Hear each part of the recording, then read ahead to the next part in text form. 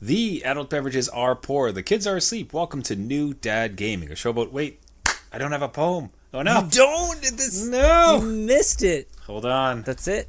Hold on. We can do this. We're doing it live. What are we talking about today here? Doing it Let's live. see. This is like missing your homework, Trevor. It's like, all right, everybody, write it. I'm furiously just like writing on the back. No gaming until it's done. What did you do? A few moments later. So now we'll consider it. Now we are live. Let's get an update on the Dad Gaming backlog. Is Balatro Jeff's new hit, or is it a slog?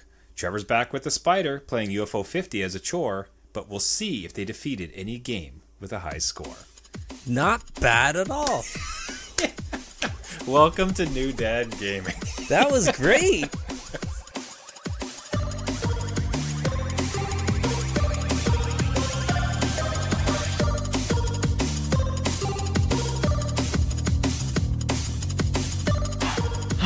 Adult beverages are poured. The kids are asleep. Welcome to New Dad Gaming. It's a show about fatherhood, gaming, and new fathers figuring out their gaming lives.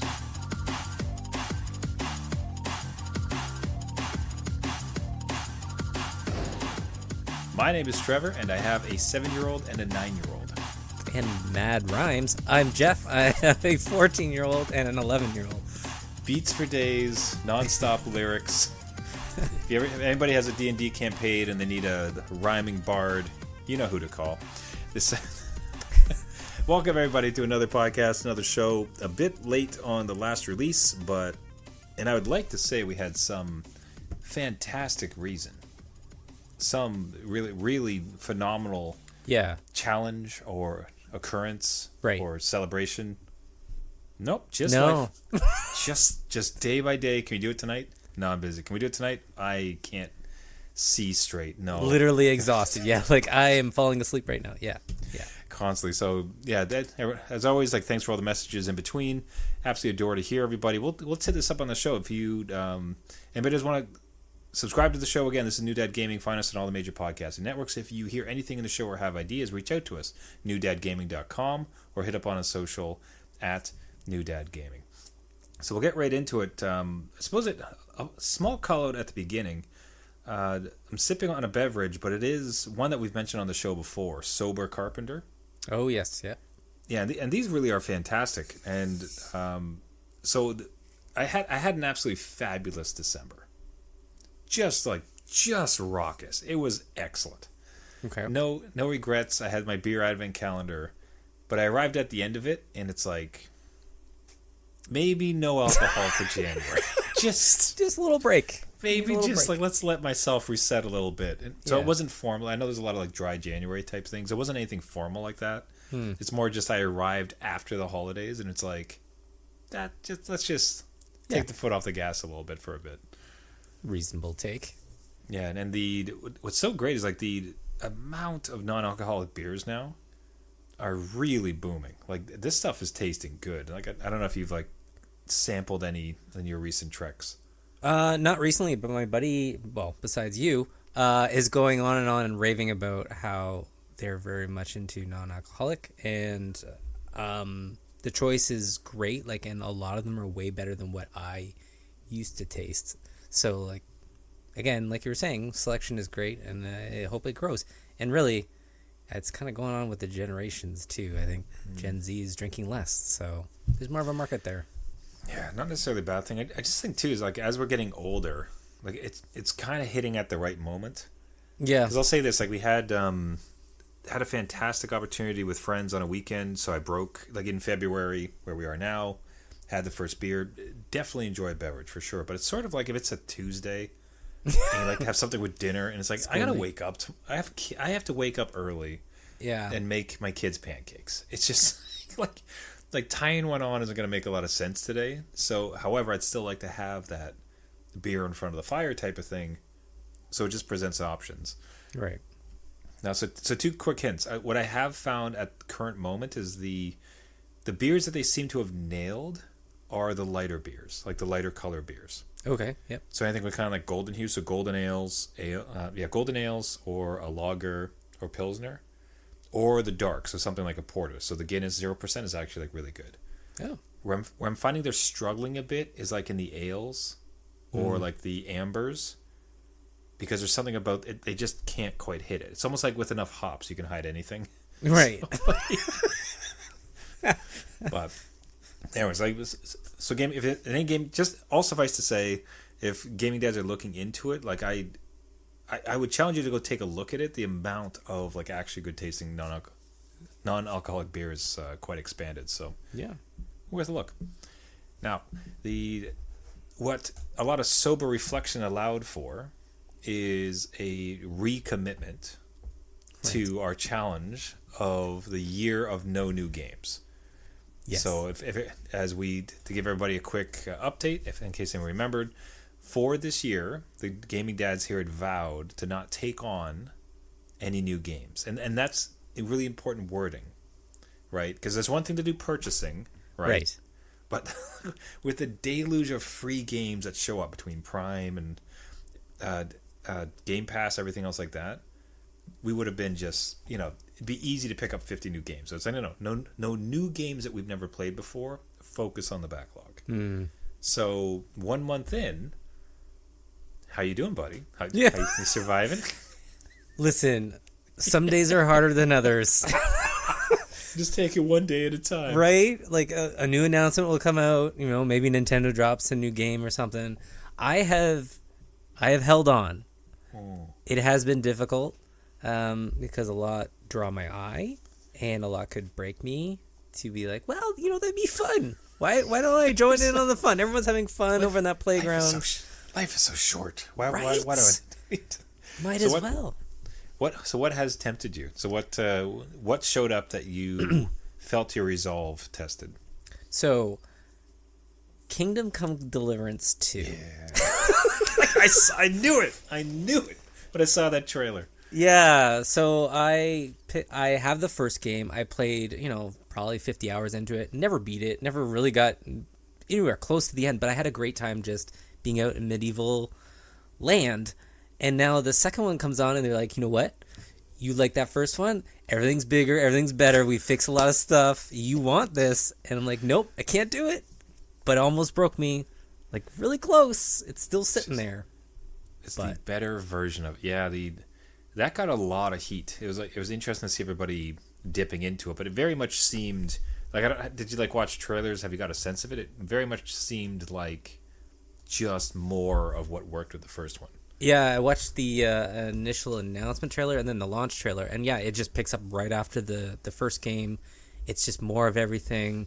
Again, they've just improved upon what they did with the first one, right? Like now they have their feet wet, they know what they're doing, and everything just looks so much better, and they fixed like little things like frame rate and stuff, and like even some of the fighting, and I just want to be in the world.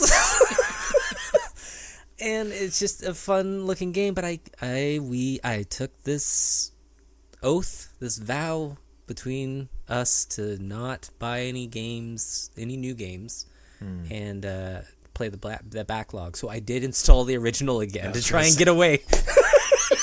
just to take the edge off. Let me go back and play my original. Yeah, like, oh, this is what you want, right? Brain, you just want this dopamine sitting in this game? Yeah, okay. So I did reinstall it, and I've played a few hours in it. So that's been it for me. Like, that's the only game that has really almost made me turn the key to buying. What about you, though? Are you still good, or? Still good, thankfully. I've not changed up my vows. The one that bothered me that I wanted to play would have been Lonely Mountains, Snow Riders. Oh, yeah. So I had played this game. This game was, at the time, for folks, I think at this point it'd be like 3 years, 4 years even. I'd got into it a bit, and it's this top-down, isometric, kind of polygon style. At the time it was around mountain biking down a mountain, and just awesome little physics. Like you just feel like you're controlling this little guy, tiny person in the real world, and scooping around. But it super low key, Like you're trying to get down, you die, but you press a button, you're right back to where you were. So just that soft, gentle, not like constant play. Yeah. And they took that exact formula and they just made it added snow. So now it's just skiing. But I do enjoy, really do love like a snowboarding or skiing game. So it almost more spoke to me than the original. As far as like it was right in my genre of the type of stuff that I liked anyway. So it's like, God damn it, that was, and it's on Game Pass. So it's just right. It's like it is a button click away. I would just be able to install it or even play it like on the go through streaming. And it's like, damn it, what? It does look, just with the footage running, it reminds me of Ski Free. Remember that old like shareware game? Oh, like 100%. So yeah, and there's little jumps. There's always like there's a million little ways to do it. You could just, especially now, as far as like there's something really, I don't know if like you've kind of been finding the same too, but there seems to be for me like two very diverse avenues for gaming at the moment. And one is I need to not think, it needs to not matter, but it needs to be fun. So quick hits, because like, all right, I have like this 10-minute window or like a 20-minute window. Like I can't get into a big story and remember stuff. And then there's like the longer play stuff. But this type of one bothers me in that way because it's like, damn it, this is perfect for just like a 10-minute session between stuff. Yeah. I think we can make a little... No, we're good. I have so much. I could literally just go play the first one because that's already in my catalog. But this is so like almost DLC for it, right? Like they added snow, nice, all right. and you're going downhill on skis. We're not doing this every week. Okay. We're not going to drag each other down. We're going to build each other up.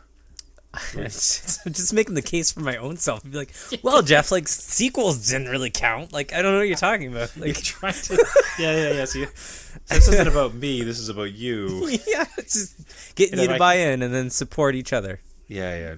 Well, or lack of support for one another. Yeah, that's right. Yeah, no, we'll stay strong. Month 2, it'll be summer before you know it, and then Christmas again. So we'll get through. I do agree with you on just like the two kind of versions of gaming, because I find myself even with Kingdom Come Deliverance, huge game, right? Lots of story to it. I spent 45 minutes on the grindstone because you have to like angle the axe and like make it perfect, and it was just so relaxing to me. Like I didn't have to do anything. I just spent my day doing that. It's like, this is all I've ever wanted. This is perfect. Your wife comes over. It's like, if you actually did that, you can make money. Yeah. Right? That's right. Shh, it's okay. You just start an Etsy store you just start an Etsy store, like have a little grind wheel in the back house. Yeah. So where's Jeff? Just grinding these axes, Jeff finishes his workday. It's like, back to the grindstone. Back to the grindstone. What a great saying. No, literally, I'm going back to the grindstone. Now, a game you did dip back into, which I was a little surprised to hear about, because initially there was not the strongest of favorable reactions to it, was you mentioned that you mentioned something had come about with you and Balatro, beloved indie game from 2024. What's up with Balatro, buddy? I'm going to say a little bit of bamboozle here. I am not into Balatro at all. Okay. It is not me. It is my 14-year-old. Okay. Which this kind of goes into maybe a little bit bigger conversation with gambling and stuff, right? But you can't... I've found, and I'm sure you've found, we talked many times on this show, how there's gaming in your house, and then there's gaming at friends' houses. And you can't control the gaming at friends' houses. They're just exposed to certain things that you're like, well, I wasn't expecting that. It's like, ooh, we're going to have to talk about this. Right? So one of those games was Balatro. So again, my 14-year-old went over to one of his friend's house after school, and they introduced him to this game. And my kid, being very ADHD and very into math and very can see patterns in numbers immediately. This is his dopamine. This is the hit that keeps on going. And I will say that again, we sat down, we had the conversation because of the gambling aspect. Like, there's no actual gambling in this, but it could be a gateway into other things, right? I think that's what every parent would do, and I don't see it as bad as some of the other games where it's all microtransactions, anything. Like, as long as you realize, like, this is poker. This is something that you could, again, my brother was big into actual poker, and I just don't want to see my kid go down that same path. Like, just as a little fear in the back of my mind, right? But he is 14, turning 15 this year. Most people are playing Call of Duty, Grand Theft Auto. Like, do you know what I mean? Like, there are other worse things. He understands what it is, and Trevor, he's so good at it. Like, I looked up on his players. Steam achievements, and he's already got half of them cleared. So That's amazing. He's just whipping through this game, and he'll come down saying, "Oh, like whatever deck." I don't even know I played so little of it.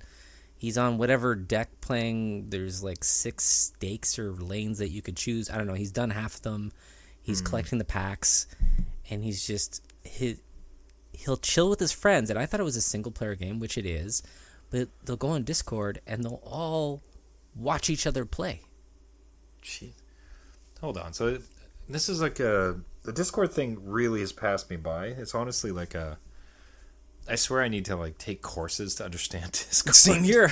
Because it just feels like it is an entire avenue of discussion that has just seemingly passed me by. I have no clue about it. Yeah. But what you're telling me is like I have a Discord. I've been on Discord and talked on it before, but not. Some people tend to seem to live there. But you're telling me like they and their friends like will hop on there, and then like they're all sharing their screen or like one at a time, or do you have any insights on how that actually works? As far as I know, it's one at a time, right? So they'll allow somebody to kind of go through their run, and then they'll switch to the next person. So it's all very like organized. I'm not sure how it's done though. I don't know if it's through Discord or they just have a group in there, and then everybody gets online and they share the screens through other ways, like Steam or whatever.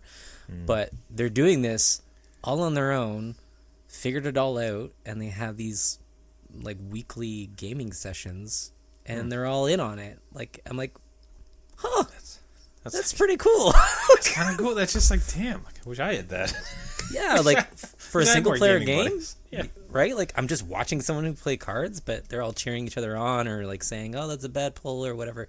Like, I can hear them. Obviously, they're not quiet, but it's just a fun thing. I don't know. Like, I never would have thought, and it's just one of those things that was kind of sprung on me as soon as Balatro was mentioned. I'm like, oh god, Oh no. Let me get Trevor over here. He knows more.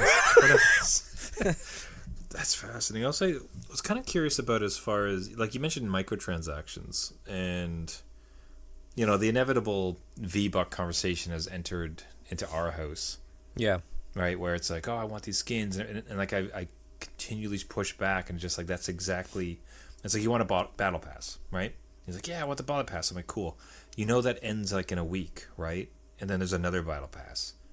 And not only that, but once you get the battle pass, unless you get like 50 levels, you don't get everything. So that means you have to play a lot, right? Yeah. So this is like I was trying to get them to like see the pieces, how it all strings together. It's like they're just trying to trick you, to play a lot and to get your money. And then it's just it's a treadmill, right? Yeah. The thing about Balatro is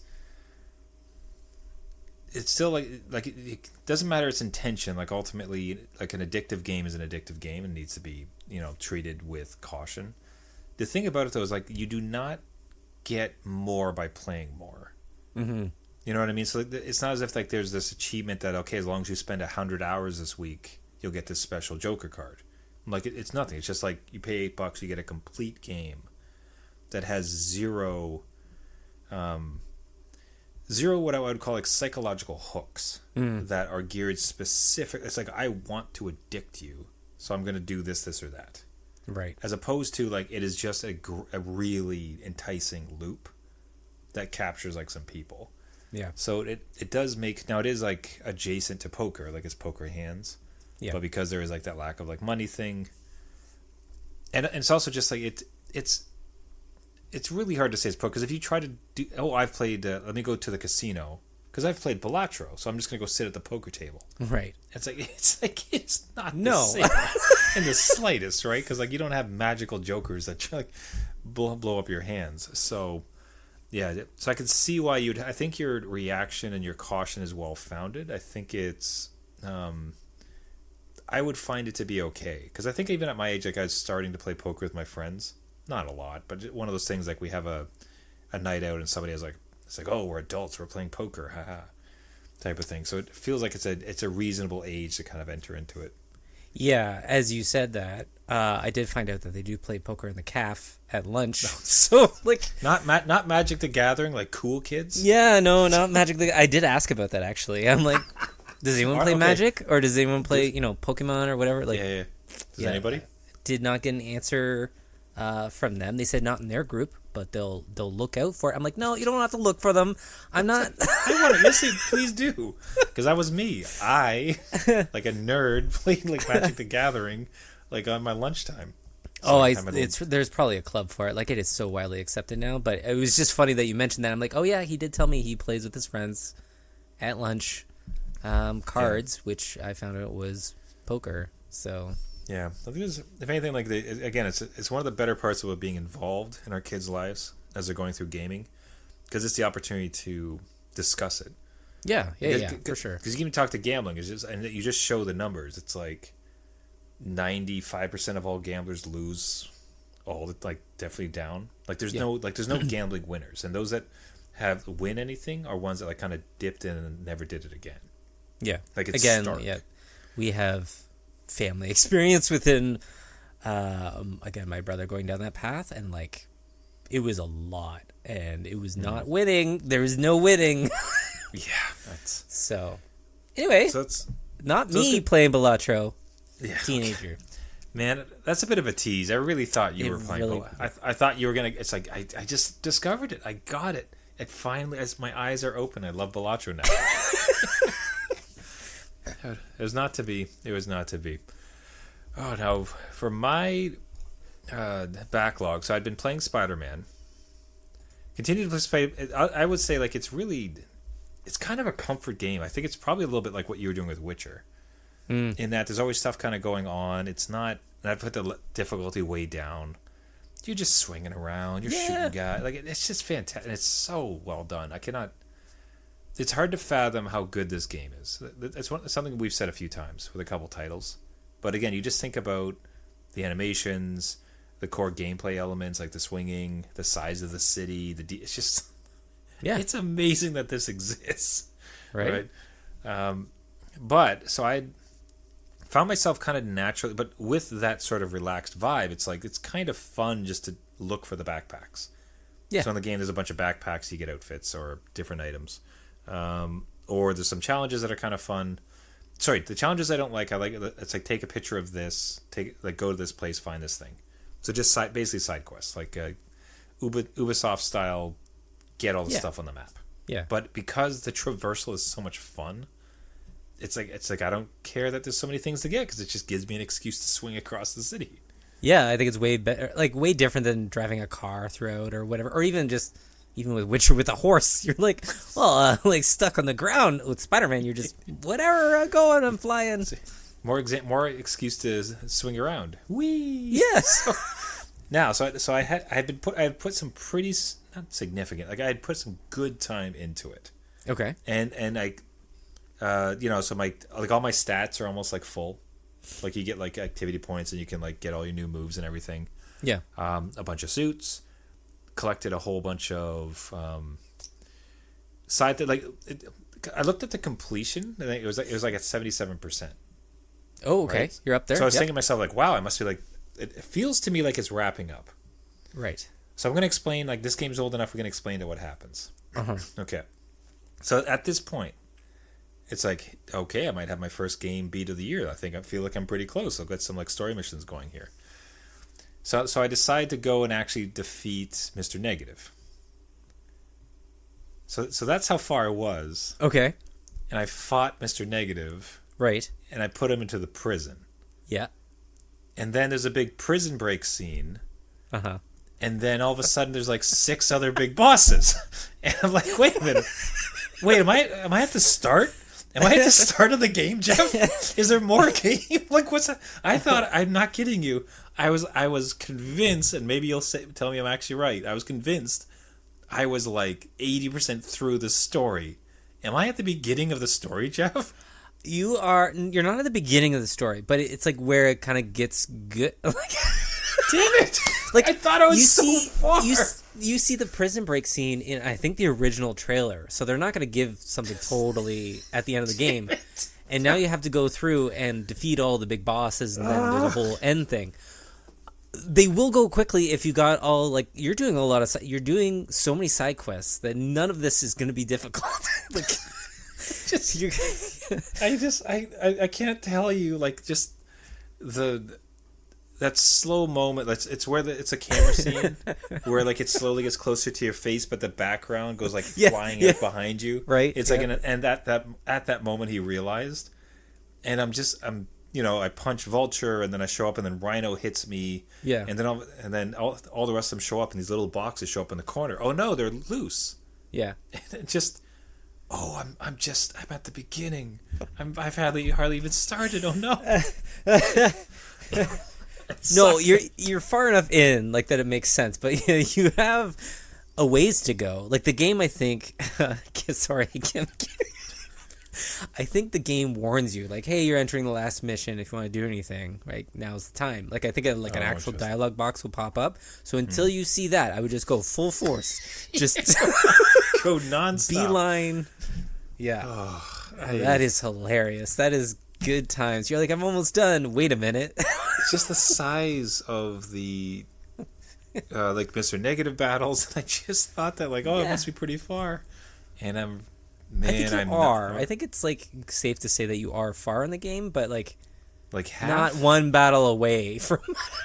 Oh, definitely half. Definitely half. Like, these boss battles, I think, is like that still hurts, because again, I thought it was like 80 to 90, and I'm like no, at half. No, it's just like, no, yeah, 60%. Let's say that. Cool. From what I remember, maybe I'm totally off, and you're like, nope, I got the entire game to go. Thanks for that, Jeff. Well, we'll find out where we get to. Anyways, like, I'm not against it. I'm excited because, again, like, excellent game, having so much fun with it. So, like, pleased to do it. But I thought I'd be able to announce here, like, beat the first one on my backlog this year, and I am halfway there. You're still gonna wait for that. Go me. Now, so that's my foolishness. But as best I understood, you actually beat a game on your backlog in this last while. Yeah, so not swinging through the skies, beating bosses, and defeating vultures. But Gran Turismo 7 was one I picked up just before the holidays or at the holidays, and I had a great time with it. And it's one of those things that I think are kind of looking at the backlog and just play what you have. Really helped me through this, because it was just something like I just dedicated to. I'm like, no, I'm setting this. I'm not going to kind of go off and play other games. I'm just going to have my time with this and kind of just, taste what's there. And sure enough, I beat the entire story. It was a blast. That's good awesome. 30 hours until, the story itself is done. And then they've got all sorts of, like, online weekly challenges and new cars, and you can play this thing to death, right? Like, it can be never ending if you wanted it to. But it was something just to go through, complete all the training courses. I didn't get gold medals on anything, but just having fun and getting in it, done. So, at least one of us. We got one. We're waiting on you. You'll get there. We'll get there. We'll get there one fine day. Yeah. I think if I had more, it's one of those, if some massive amount of money showed up, and space, I suppose. I think what would be really interested, like looking at this and seeing reviews about the PSVR 2. I know. Specifically for this, like, it seems like it's the greatest, easiest, cheapest driving rig you can possibly get. I've heard good things. Yeah. You know what I mean? So it would almost be like it's like, I just decided I'd like to have a driving rig. So you get a PS5, you get a PSVR 2, some sort of seat, and like the whole steering wheel thing. Yeah. God, what is that? 2,000? Like, at least, like, wrapped up probably. altogether. Yeah. 2 or 3. Yeah, You for need the whole, space for it too, but yeah. And forget the space. Let's assume you can build a shed in this like silly fantasy world. Yeah, you could live in there. But yeah, it honestly like this game looks so good, and I can remember fondly playing the racing games on the original PSVR, not Gran Turismo, but like a different one that I had. Yeah. That it's like, geez, it would almost be worth it just to get it. Now, do you think you'll keep with it? Like, are you compelled to go back perhaps weekly and try a challenge from time to time? It is like 150 gigs sitting on my hard drive, so I'm gonna say no. I will go back to it eventually, but for having it sit there and kind of eat up space on my PS5, which is already very limited, I do think I have to move it off. It is still fun. I think I'll, again, dip back in. If by chance a VR2 were to show up, or maybe a wheel is on sale somewhere, I think I would have a blast just having fun with it again in that kind of space. It's a totally different experience, right? With you're in VR and stuff. And again, like you said, this is just flagship title for anything virtual reality. So, now, are your kids into it at all? No. They ever see you playing it and they want to like Nope. like hard bounce? Hard no. They my 11-year-old, truth be told, does not even like Mario Kart. They just don't like racing at all. Will not do it. They are the ones that will play Diablo 3 with me, but they won't play Mario Kart or any sort of racing game. So they are not into this at all. Not there. Yeah, I thought I had an in with Hot Wheels. Oh yeah.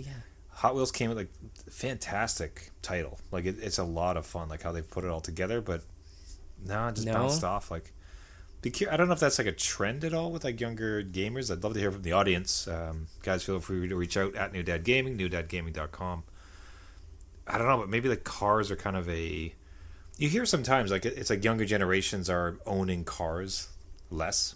Like they're just taking Ubers or like they're in the city, and I just wonder if we're kind of some of the last generations that have any love affair with like vehicles that would then translate into sitting on a couch and pretending to drive one. It could very well be, right? Like, I don't see my kid owning their cars. Like, and I had one immediately at 16 because it was cheap enough and I can get one, right? But yeah, maybe these car games are just for us now. This is like old man stuff. This is old man stuff, and like I don't even go into the details of it and tune everything. I do basics, but like, I don't know. It just seems not their jam.